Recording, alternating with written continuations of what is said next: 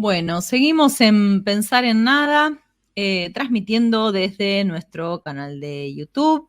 Como contamos al inicio del programa, un problema técnico que nos avisaron desde la radio, entonces no estamos saliendo por aire, ni tampoco por el canal de YouTube de la radio, estamos saliendo por nuestro canal Pensar en Nada Radio, nuestro canal de YouTube.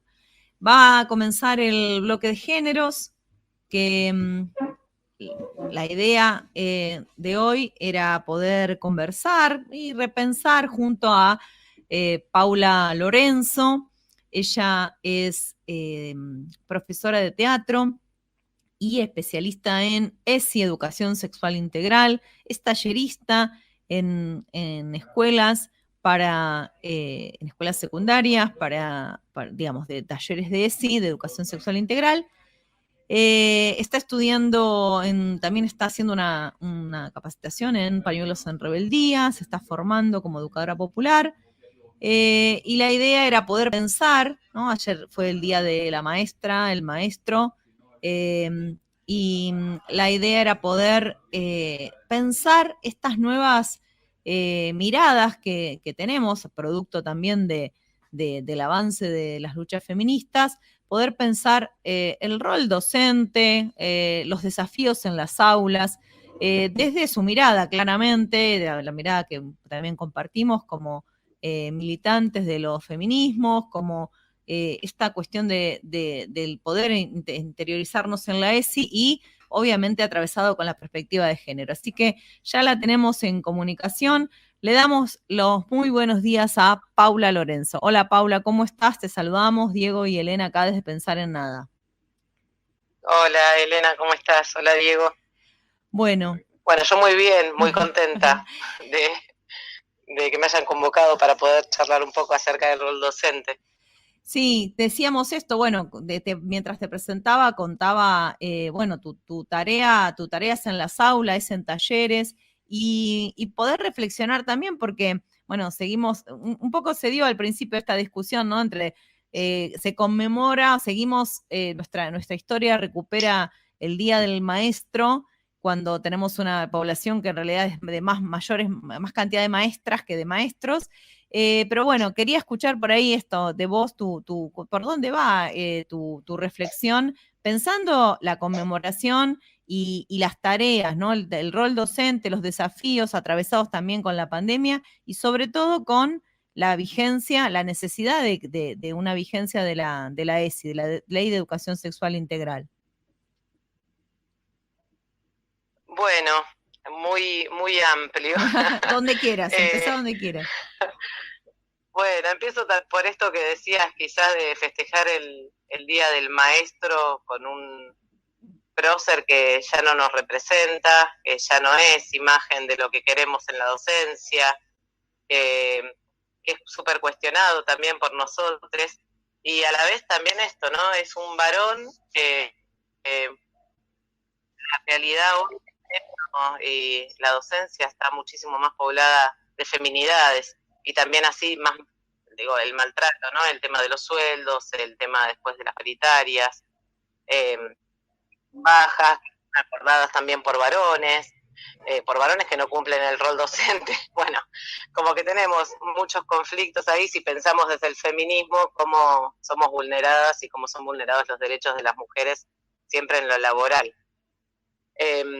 Por otro lado, me decías lo de la pandemia, fue muy difícil, hemos sido también, por otro lado, desde el Estado muy vulneradas, nos bajaban información de una semana para la otra, teníamos que comunicarnos con las familias, teníamos que modificar las planificaciones, a la vez estar conectadas a redes que desconocíamos, entonces formarnos también en eso, pero también asistir a quienes no tenían la posibilidad de la conectividad, y entonces, como siempre, digo, esto de un gremio tan vulnerado y tan maltratado, nos han expuesto en los medios, por un lado te agradecen, pero por otro lado te maltratan y te exigen cosas que son imposibles para la sociedad en la que vivimos, ¿no?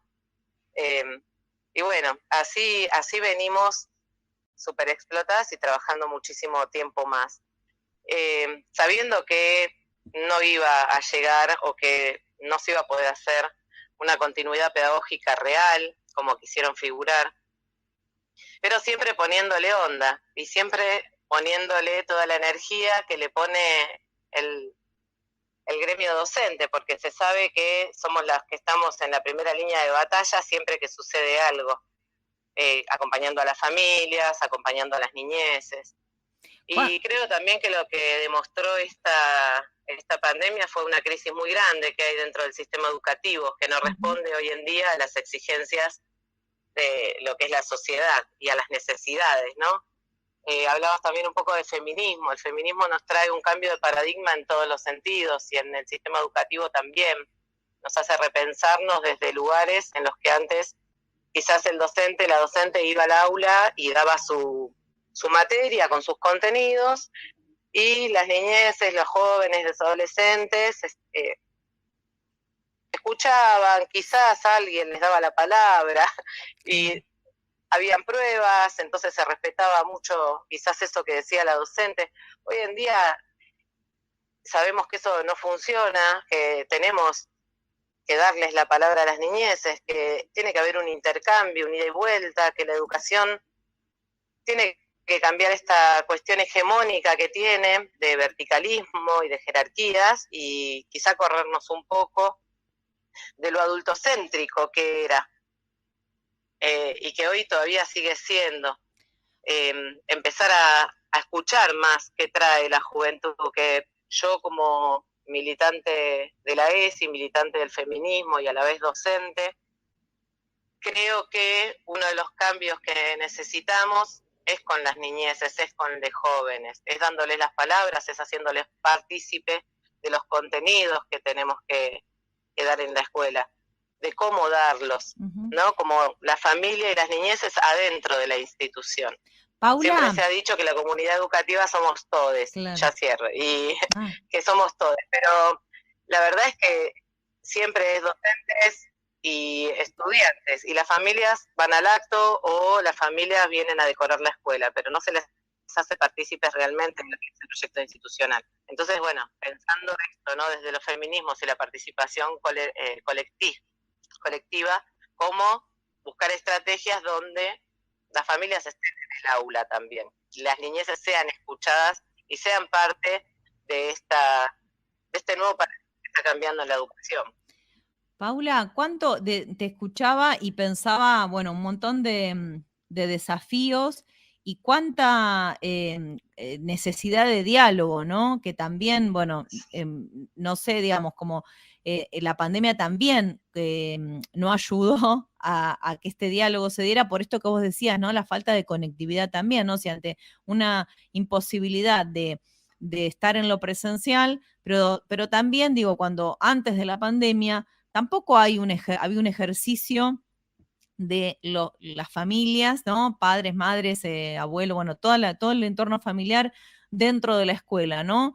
Esta cuestión se está empezando por lo menos a pensar, a cuestionar, porque tenemos una historia, es como la excepción, ¿no? Aquella escuela que construye siendo parte, con las familias adentro, digamos, ¿no? Como siempre esto que vos decís, bueno, se las llama para algo puntual, se les pide el pago de la cooperadora, y cuánto hay de no saber la realidad, ¿no? Como hay algo ahí de falta de intercambio, no sé, o de diálogo, o de repensar, porque digo, no quiero cargar la tinta de decir, bueno, pasa por una cuestión de motivación individual solamente, porque la ESI yo creo que es como la herramienta fundamental para pensar esto que vos decís, la comunidad con todes, la comunidad educativa con todes, y cuánto hay digamos, de apropiación por parte del colectivo docente de esta herramienta. Bueno, ahí es donde estamos en crisis, entonces es muy difícil poder decir hoy que tenemos una gran parte o que tenemos una mínima parte, porque lo que yo estoy viendo esta parte del año, de lo que pasó el año pasado y ahora volviendo a la presencialidad, es una necesidad muy grande de abordar la ESI en la escuela, pero porque mismo las niñeces, las adolescencias lo traen como una necesidad, lo exponen, surgen emergentes que quizás antes estaban más tapados. Entonces hay cierta necesidad en las escuelas, se está hablando, o por lo menos en las que yo transito y con los colegas con los que puedo llegar a tener un diálogo, se está hablando de esto de la crisis educativa en la que estamos y las necesidades de la ESI, y que implica la ESI para la gente, ¿no? Porque digo, nos trae muchas resistencias, nos trae muchos prejuicios, entonces no poder abordarla o pensar que no sabemos cómo abordarla, nos corre de ese lugar y también nos pone en crisis como profesionales, digo, porque digo, yo no sé cómo abordar la ESI, pero hay una necesidad en el aula, pero me están diciendo, pero emergen un montón de cuestiones de la pandemia que ahora no sé, bueno, así que estamos como en una etapa de cambio, así lo veo yo, donde empiezan a surgir necesidades que siempre venimos reclamando, quizás estas individualidades que vos decís, estas buenas voluntades, ya en todo el colectivo, porque ya no nos podemos mirar para otro lado. El feminismo ha traído un cambio de mirada estructural incluso, y se está empezando a tomar algo de esto, se está hablando mucho más del adultocentrismo, entonces tenemos accesos a otro tipo de pedagogías, otro tipo de textos que antes eran más bajada de línea, pero ahora se vienen amoldando un poquito más a lo que quizá podría llegar a ser la educación popular. Yo creo que está habiendo un cambio, pero que claramente depende mucho también del territorio, porque pensemos que yo vivo en Buenos Aires, en el conurbano oeste, a 1 hora de capital, y que no es lo mismo seguramente que lo que esté pasando acá 3 horas de capital, en un pueblito más cerca de Rodríguez, bueno, no sé si Rodríguez, pero digo, en un pueblo como, no sé, con menos habitantes, con menos acceso quizás a ciertas formaciones o formaciones pagas, eso también nos pasa mucho a los docentes, ¿no? Que quizás queremos acceder a una formación en ESI, pero te sale 20.000 pesos la formación, son 5 encuentros, y es en un horario de 7 de la tarde a 9 de la noche, lunes, miércoles y viernes. Claro. Y la verdad es que muchas veces no puedes hacerlo, porque si trabajas a la noche no lo puedes hacer, y muchas otras porque es mucha la plata que tenés que abonar para una formación que la verdad que la tendría que garantizar el Estado como primer garante de las leyes educativas, ¿no? Y después el tiempo y la calidad de ese tiempo que una le puede poner a un curso donde tenés que leer muchísimo, porque la ESI se aborda desde todos los aspectos de nuestra vida, como es la ley de educación sexual. La sexualidad implica todos los aspectos de nuestra vida. Entonces, digo, para poder abordarla tenemos que trabajar desde la afectividad hasta el cuidado del cuerpo, la diversidad, pero también qué autores, qué autoras, a quiénes vamos a presentarles en el aula, qué tipo de texto, desde qué lenguaje. Es muy amplio, entonces toda esa formación que requiere, que vamos de a poco y la vamos haciendo y nos vamos compartiendo, al no brindarla al Estado en servicio, también es muy difícil porque ahí depende también de la buena voluntad.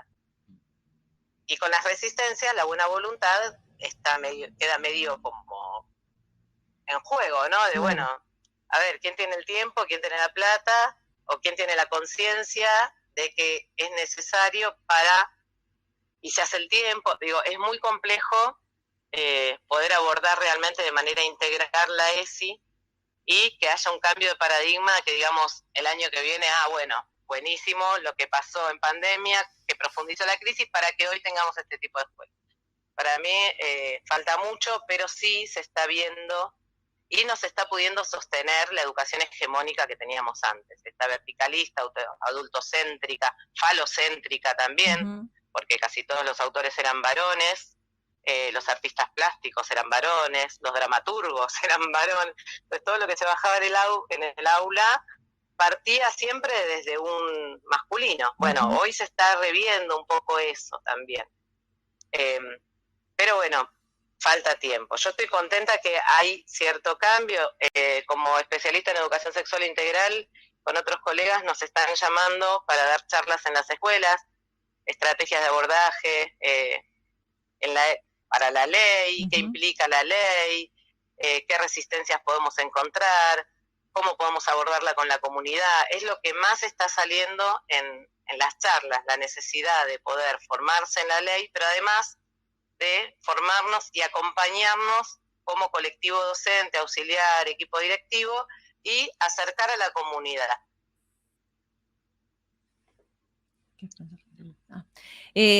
No, estaba pensando, me parece, sí, esta parte buenísima lo que estás diciendo de que te están convocando, porque también, o sea, digamos, tenés esta experiencia como tallerista, ¿no? Digamos, o sea, más allá digo, de poder pensar la ESI como algo transversal, que, digamos, creo que esa es la aspiración, ¿no? Que cualquier docente, independientemente de su materia, pueda incorporar los contenidos, ¿no? Pueda tener esa cuestión pedagógica distinta.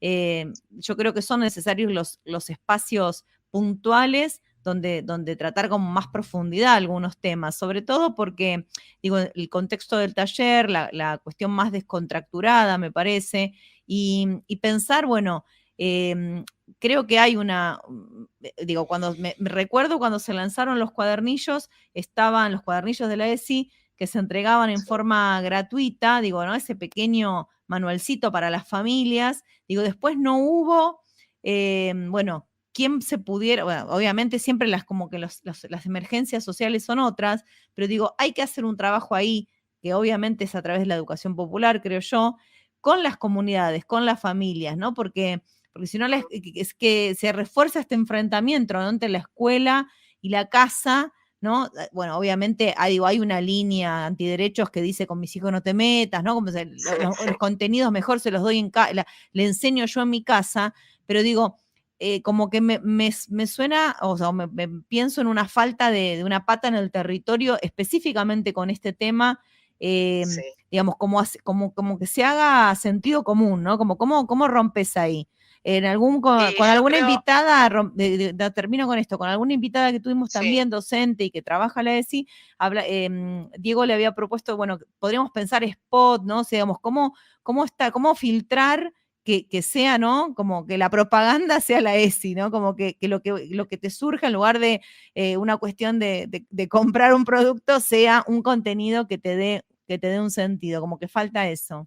No, incluso decíamos, Paula, ahora que me citó Elena, decía que en varias charlas que hemos tenido con otros docentes y profesionales que trabajan la ESI, decíamos esto de por ahí, a partir de los medios de comunicación, también trabajar spot en horarios premium o en los partidos de fútbol más mediáticos, como se hacían en alguna época que te mostraban las obras públicas y otras tantas cosas, que también aparezca la ESI en distintos ámbitos de la vida cotidiana. Incluso hacíamos mención también, así como existía la ley Micaela, que hubiera una capacitación quizá también de juguetes, porque hablábamos con una productora de juguetes infantiles que estaban así también planteados con una mirada de ESI, que también hubiera capacitaciones en las jugueterías y en las casas de ropa, en los distintos comercios, sobre ESI, ¿no?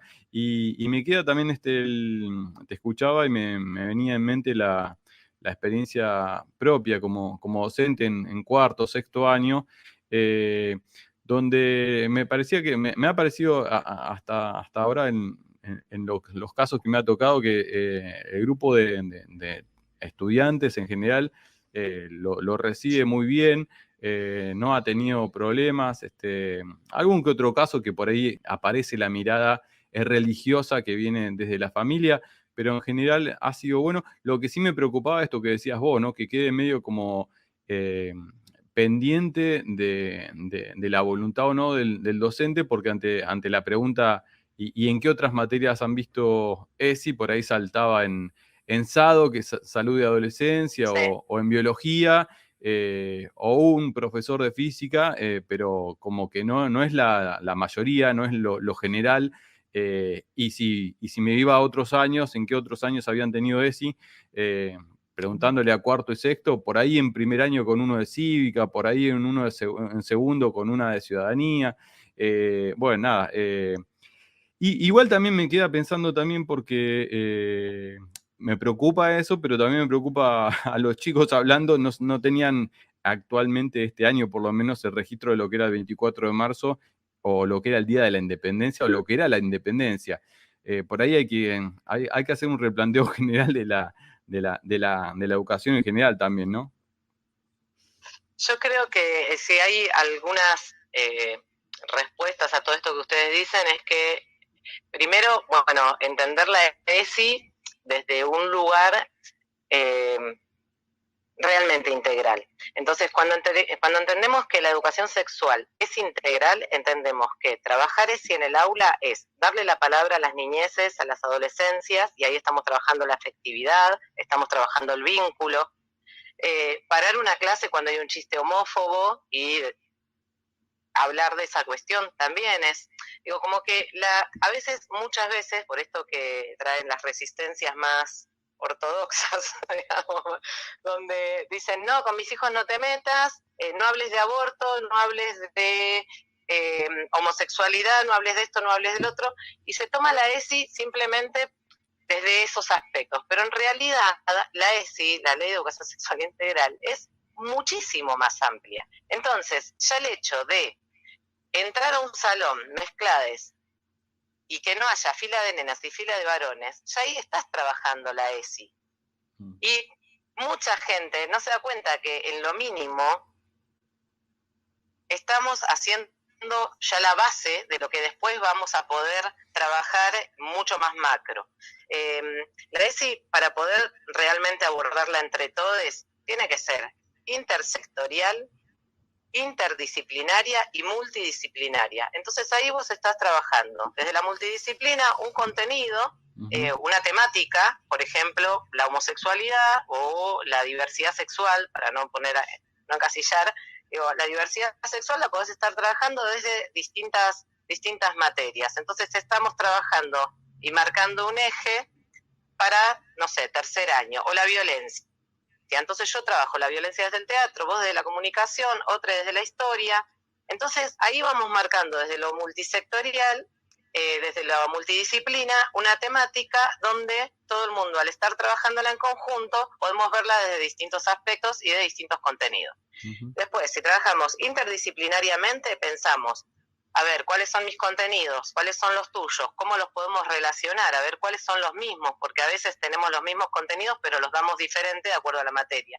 Entonces, para que ese contenido se fije también y se pueda después, en un pensamiento mucho más crítico, divergente, poder pensar, la violencia no viene solo del golpe físico, sino que también viene de la palabra, sino que también viene de esto de hacer entrar a las nenas primero, o de en el recreo castigar al que corrió, no sé, digo, y multisectorial, ¿no? Y ahí entramos entonces con las organizaciones, entramos con la iglesia, porque es parte del territorio. Entonces, ¿cómo vamos a trabajar si estamos en el aborto, por ejemplo, si estamos en un barrio que es hiper religioso?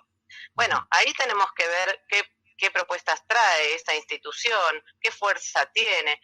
Digo, tenemos que hacer un análisis de campo. Entonces, yo creo que la intersectorialidad, la interdisciplina y la multidisciplina nos pueden traer muchísimos beneficios y muchísimas respuestas a todas estas inquietudes que tenemos, para profundizar contenidos, pero también para trabajar en el territorio en el que estamos habitando. Algo que decía Elena que le iba a responder y que me quedé, bueno, no me acuerdo ahora.